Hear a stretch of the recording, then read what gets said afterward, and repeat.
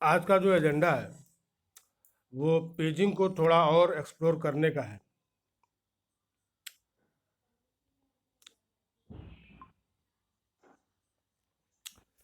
तो पेजिंग के अगर बैकग्राउंड में हम लोग चलें तो शुरुआती दौर में प्रोसेसेस को कंटिग्यूअस मेमोरी में रखा जाता था और जो फ्री मेमोरी एरिया होते थे जहाँ पे हम लोग प्रोसेस को ला के रखते थे उसको हम लोग बोलते थे होल। तो यहाँ जो हमने कुछ ये ऐसा लिखा हुआ है कि number of process directly proportional होंगे फ्री फिजिकल मेमोरी के। दूसरे शब्दों में अगर मैं ये कहूँ कि जितने ज़्यादा अपने पास होल्स होंगे उतने ज़्यादा प्रोसेसेस को हम लोग मेमोरी में लेके आ पाएंगे।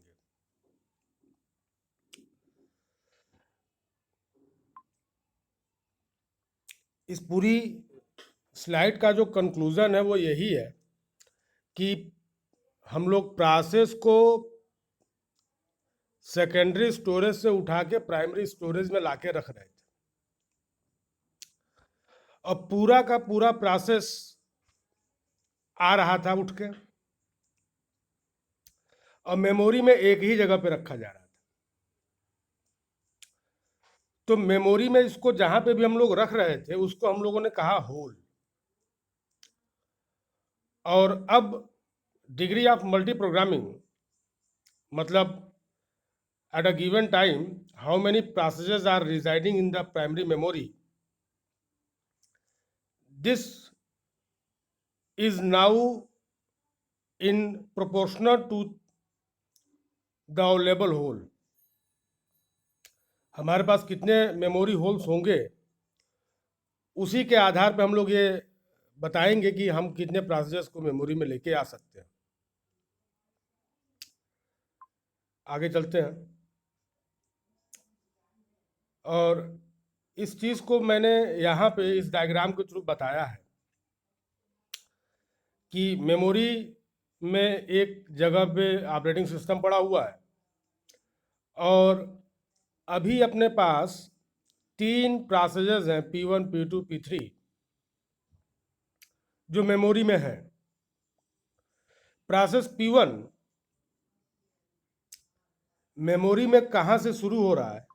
तो प्रोसेस P1 मेमोरी में इस लोकेशन से स्टार्ट हो रहा है, 256000 एड्रेस से स्टार्ट हो रहा है और कहाँ पे ख़त्म हो रहा है? तो 300040 पे ख़त्म हो रहा है। हमारा प्रोसेस P2 300040 से स्टार्ट हो रहा है और 120900 यहाँ पे ख़त्म हो रहा है। सॉरी 420940 पे ख़त्म हो रहा है। ये प्रोसेस P2 जो है यहाँ से स्टार्ट हो रहा है और यहाँ पे ख़त्म हो रहा है।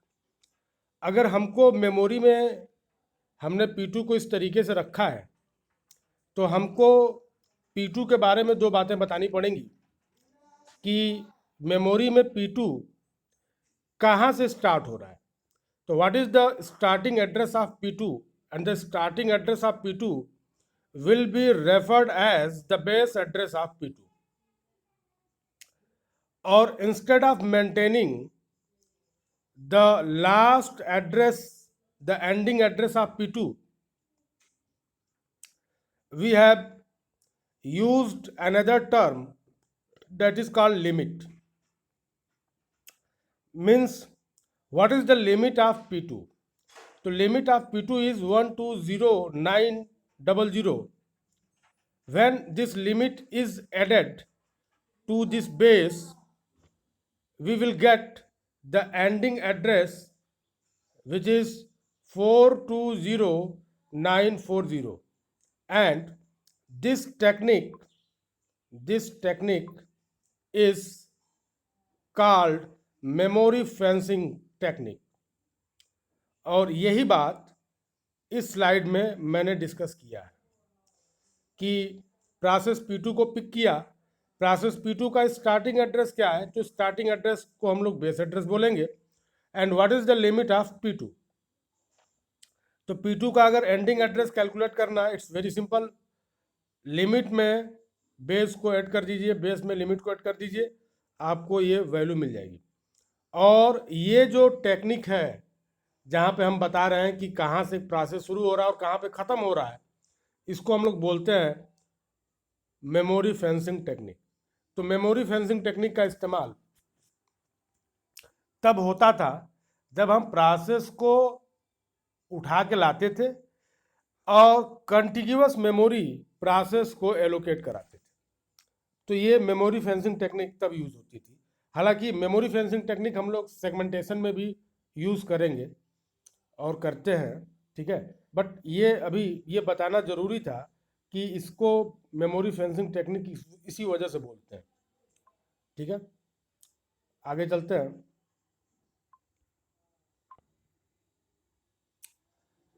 ये डायग्राम अपने आप को खुद एक्सप्लेन कर रहा है। प्रोसेस को हम लोग मेमोरी से स्वैप इन करा रहे हैं, मेमोरी में स्वैप इन करा रहे हैं और मेमोरी से स्वैप आउट करा रहे हैं। ये अपना बैकिंग स्टोर है। इसी बैकिंग स्टोर पे हमारा प्रोसेस स्वैप आउट होगा और यहाँ पे जो प्रोसेस होगा वो मेमोरी में स्वैप इन होगा। तो स्वैप आउट और स्वैप इन का कंसेप्ट हम लोग डिस्कस कर चुके हैं बहुत ही डिटेल में। अब यहाँ पे ज़रा देखते हैं कि जो कंटिन्यूअस एलोकेशन की बात हो रही थी शुरुआती दौर में, तो वहाँ पे हम लोगों ने प्रोसेस को एक सिंगल यूनिट माना था। प्रोसेस हमारे लिए एक सिंगल यूनिट था, ठीक है। और पूरा का पूरा प्रोसेस मेमोरी में एलोकेट किया जाता था। इसीलिए मैंने पहला पॉइंट लिखा है कि process is considered as a single unit. यानी प्रोसेस को हम लोग एटम के तरीके से देखते थे। एटम मतलब जिसको हम लोग फर्दर जो है ब्रेक ना कर सके। ये बात और है कि एटम के भी कई सारे पार्ट्स बने, है ना। कई सारे पार्ट्स तुम लोगों ने पढ़े हैं और अब हम जो है, लेकिन एटम का मतलब होता क्या है कि जिसको हम लोग फर्दर डिवाइड ना कर सके, दैट इज एटम। तो जब कंटिन्यूअस एलोकेशन की बात उठी थी तो कंटिन्यूअस एलोकेशन में सीधे सीधे ये कहा गया कि हम प्रोसेस को हमेशा कंटिन्यूअस मेमोरी देंगे। यानी प्रोसेस जो है एलोकेशन की एक यूनिट बन गया था, ठीक है। हमारे पास होल है, होल इतना बड़ा होना चाहिए जो हमारे प्रोसेस को कंटेन कर सके, ठीक है। तो हम प्रोसेस को मेमोरी में लेके आते थे।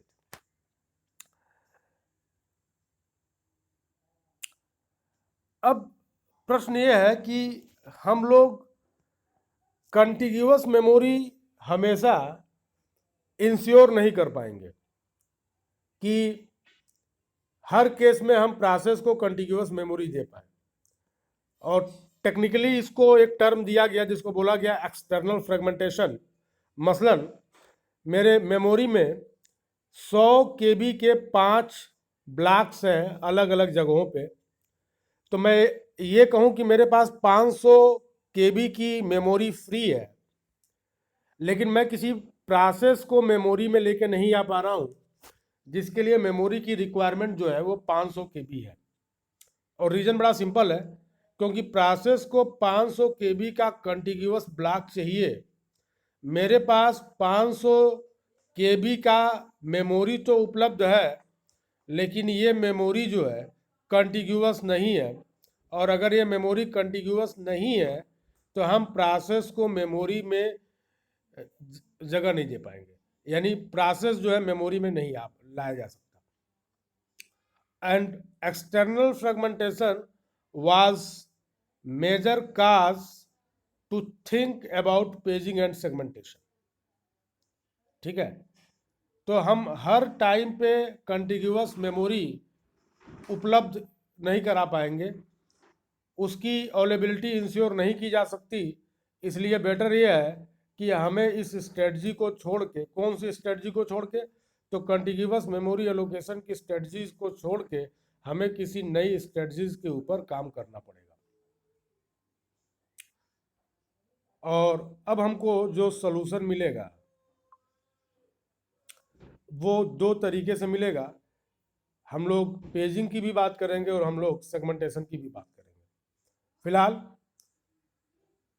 अब किसी भी प्रोसेस के लिए दो व्यू हो जाएंगे, एक होगा लॉजिकल व्यू और एक होगा फिजिकल व्यू। यानी हमारा सीपीयू किस तरीके से व्यू कर रहा है एड्रेस को और उस लॉजिकल व्यू को किस तरीके से फिजिकल व्यू पे मैप कराया जा रहा है।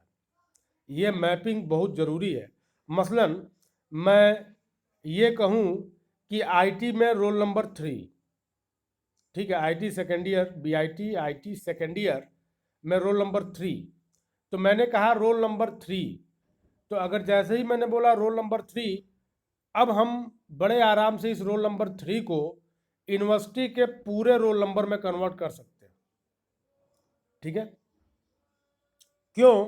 क्योंकि हमको बाकी की चीज़ें पता है, हमें बस उसमें लास्ट की 2 डिजिट जो है वो चेंज करनी है। ठीक है, तो ये जो मैपिंग हो रही है, जब हमने कहा कि roll number 3 IT second year BIT, मान लो कि अपने यूनिवर्सिटी में एक फंक्शन हुआ और उस फंक्शन में सारे कॉलेज के स्टूडेंट्स बैठे हुए हैं, तो अगर मुझे किसी एक स्टूडेंट को कॉल करना है तो सबसे बढ़िया तरीका क्या होगा? तो सबसे बढ़िया तरीका ये होगा कि हम रोल नंबर से उसको कॉल कर लें। लेकिन एक तरीका ये भी है कि डायस से एक अनाउंसमेंट हुआ कि IIT Lucknow computer science third year roll number 5 come to stage. ठीक है, ये अनाउंसमेंट हुआ। अब ये जो रोल नंबर 3 है IIT Lucknow computer science second year, roll number अपने आप क्रिएट हो गया। तो ये जो मैपिंग हुई रोल नंबर 3 की उस particular roll number, university roll number पे, वैसा ही काम यहाँ पे भी होगा जब हम लोग लॉजिकल एड्रेस को फिजिकल एड्रेस पर मैप कराएंगे। क्योंकि रोल नंबर 3 का कोई अस्तित्व नहीं है, अस्तित्व पूरे टोटल रोल नंबर का है। तो जो पूरा बड़ा वाला जो रोल नंबर है 18 करके जो स्टार्ट है, तो ये जो रोल नंबर है ये फिजिकल रोल नंबर है। तो एमएमयू एक यूनिट है जिसका काम क्या है कि वो लॉजिकल एड्रेस को फिजिकल एड्रेस पे मैप कराए। ठीक है, तो अब हम लोग पेजिंग की बात कर रहे हैं, तो अपने पास दो एंटिटीज आएंगी, एक को हम लोग बोलेंगे पेज और एक को हम लोग बोलेंगे फ्रेम। देखो, पेज लॉजिकल व्यू है और फ्रेम फिजिकल व्यू है। इसीलिए दूसरे पॉइंट में मैंने लिखा है कि page works at logical level and frame works at physical level. और मजे की बात क्या है कि size of frame and size of page are same. अब फिजिकल मेमोरी में हम कहें कि एलोकेशन की यूनिट क्या है, तो जो अपना पीछे वाला डिस्कशन था वहां पे जो एलोकेशन की यूनिट थी वो होल था। और अब अगर पेजिंग की हम लोग बात कर रहे हैं तो मेमोरी में हम लोग क्या एलोकेशन हम लोग कहाँ कराएंगे? तो हम लोग कराएंगे फ्रेम में, हम लोग कराएंगे फ्रेम में।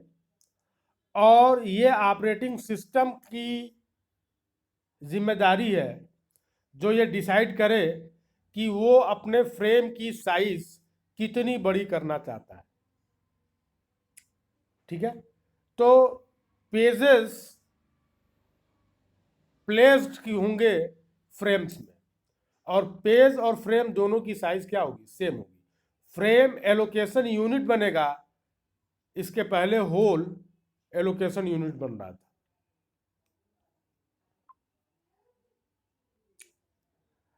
अब अगर हम लोग बात करें फ्रेम्स की, तो फ्रेम को हम लोग दो तरीके से कैटेगराइज करेंगे। एक होगा free frame. Free frame memory में वो फ्रेम्स जो अभी उपलब्ध हैं, जहाँ पे हमने कोई भी पेज स्टोर नहीं किया है, वो होंगे फ्री फ्रेम।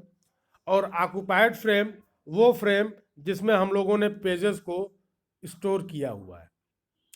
और जब भी किसी प्रोसेस को हम लोग फ्रेम असाइन करेंगे, तो फ्रेम का सिलेक्शन फ्री फ्रेम लिस्ट में से रैंडम बेसिस पे होगा।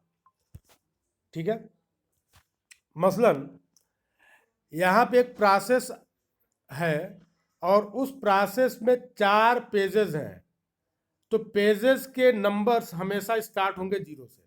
तो 4 पेजेस हैं, तो page number 0, page number 1, 2 and 3, 4 pages. और फ्री फ्रेम लिस्ट जरा देखो तो अपने पास कितने फ्रेम्स फ्री हैं, तो 14 नंबर का फ्रेम फ्री है, 13 नंबर का फ्रेम फ्री है, 18 नंबर का फ्रेम फ्री है, 20 नंबर का फ्रेम फ्री है, और 15 नंबर का फ्रेम फ्री है। और अब इस प्रोसेस के लिए जो 4 फ्रेम का सिलेक्शन करना है, वो इन्हीं में से करना है। तो ये बिल्कुल रैंडम बेसिस पे होगा, और यहाँ पे रैंडमली सेलेक्ट किया गया है फ्रेम नंबर 14, 13, 18 एंड 20। ठीक है, तो ये जो सिलेक्शन हुआ है, ये सिलेक्शन पूरी तरीके से रैंडम बेसिस पे है। ठीक है, यहाँ कहीं कोई एल्गोरिदम नहीं लगा है। यही बात मैं यहाँ पे बता रहा हूँ कि ये जो लिस्ट थी फ्रेम की जो फ्री थे, और ये क्या हुआ, सेलेक्ट हुआ, ये लिस्ट सेलेक्ट हुई है, और ये सिलेक्शन कैसा है, तो it is entirely based on random, यानी रैंडमली बेसिस पे हमने इनको सेलेक्ट किया हुआ है। और हम लोगों को ये ऑलरेडी पता है कि जितने भी फ्रेम हैं उनकी साइज़ क्या है, तो उनकी साइज़ सेम है। अब हम लोग अगले स्लाइड पे आते हैं। अब जरा इस डायग्राम को देखो, तो सीपीयू जो है वो एक लॉजिकल एड्रेस जनरेट करा रहा है, और हम लोग कल एक न्यूमेरिकल किए थे और वहाँ पे भी डिस्कस हुआ था, और मैं यहाँ फिर से रिपीट कर रहा हूँ कि ये जो पेज टेबल है, ये पेज टेबल कहाँ रखा गया है, तो it is stored in the RAM, it is stored in the physical memory. बोलने का मतलब कि इस फिजिकल मेमोरी में तुमको एसेस करने में जो टाइम लगेगा, ठीक वही टाइम इस पेज टेबल को सर्च करने में या एसेस करने में लगेगा। क्यों? क्योंकि ये दोनों के दोनों फिजिकल मेमोरी में ही है। सीपीयू लॉजिकल एड्रेस जनरेट करा रहा है, उस लॉजिकल एड्रेस को हम लोग दो पार्ट में हम लोग देख रहे हैं, पी और डी। पी पेज नंबर बता रहा है और डी उसका ऑफसेट बता रहा है। हमारा पेज नंबर किस पर्टिकुलर फ्रेम पे है, इस बात की एंट्री हमारे इस पेज टेबल में। हर प्रोसेस का अपना पेज टेबल होगा, और हम लोग पेज टेबल को सर्च करेंगे। पेज टेबल को सर्च किया, पी किस फ्रेम नंबर पे है ये जानने के लिए इस पेज टेबल को देखा गया, और हमको एंट्री मिली एफ। अब इस एफ और पेज का जो ऑफसेट था डी, उन दोनों को हम लोग एक साथ अगर मिला लें, तो हमको फिजिकल एड्रेस उस पर्टिकुलर पेज का मिल जाएगा, या उस पर्टिकुलर इंस्ट्रक्शन का हमको चीज़ें मिल जाएंगी।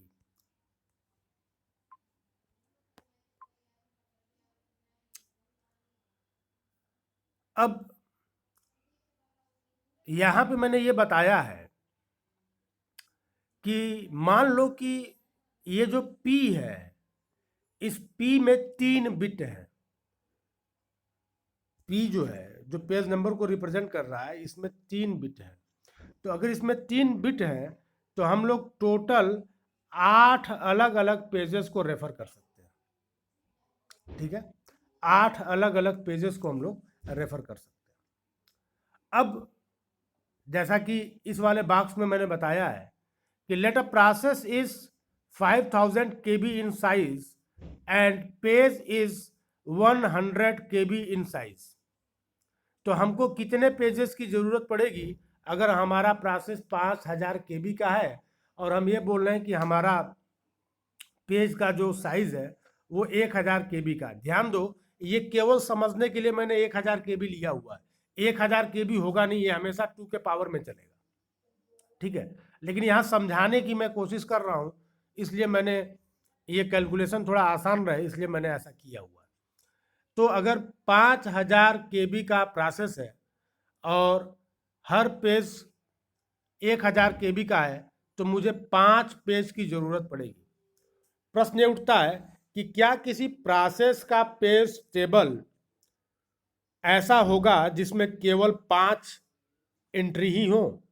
तो जवाब है नहीं, क्योंकि 2 का पावर x अगर हम करें और हम ये क्लेम करें कि x एक इंटीजर वैल्यू है तो 2 to power x equals to 5 when x is an integer it is impossible।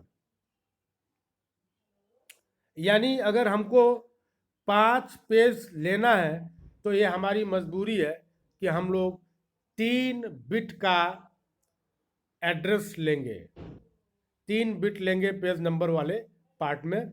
और अब हमारे पेज टेबल की जो साइज होगी वो होगी 8।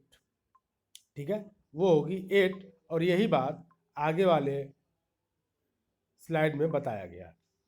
तो P0 से लेके P7 तक हमने क्या बनाया? हमने कहा कि ये हमारा पेज टेबल है और मज़े की बात क्या है कि हमारे प्रोसेस को ज़रूरत है केवल 5 पेजेस की। 5 पेजेस P0 से लेके P4 तक, यानी यही हमारे 5 पेजेस हैं जो हमारे प्रोसेस के हैं और ये जो बचे हुए 3 पेजेस हैं ये हमारे प्रोसेस के पार्ट नहीं है। इसलिए यहाँ पे कंसेप्ट आया वैलिड और इनवैलिड बिट का। ये जरूर बताना पड़ेगा कि कौन कौन से पेजेस हमारे प्रोसेस के साथ अटैच्ड हैं और कौन कौन से पेजेस हमारे प्रोसेस के साथ अटैच्ड नहीं। ठीक है, अब हम लोग आगे आते हैं और इस स्लाइड को हम लोग जरा डिस्कस करें। देखो, जरा इस चीज को ध्यान से देखो। तो हम कह रहे हैं कि ए बी सी और डी ये 4 एंटिटी हैं। ये 0 पे आ रहा है, ये 1 पे आ रहा है, ये 2 पे आ रहा है, ये 3 पे आ रहा है। और अगर अब हम कहें कि इस पूरे के पूरे स्ट्रक्चर को मेमोरी लोकेशन x पे रखा गया है तो ए किस पे आएगा?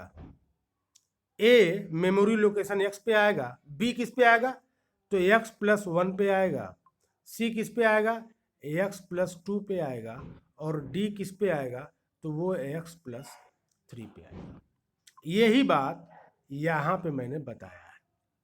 ठीक है, we have 4 pages in a process P0, P1, P2 and P3. Page has the size of 4 byte.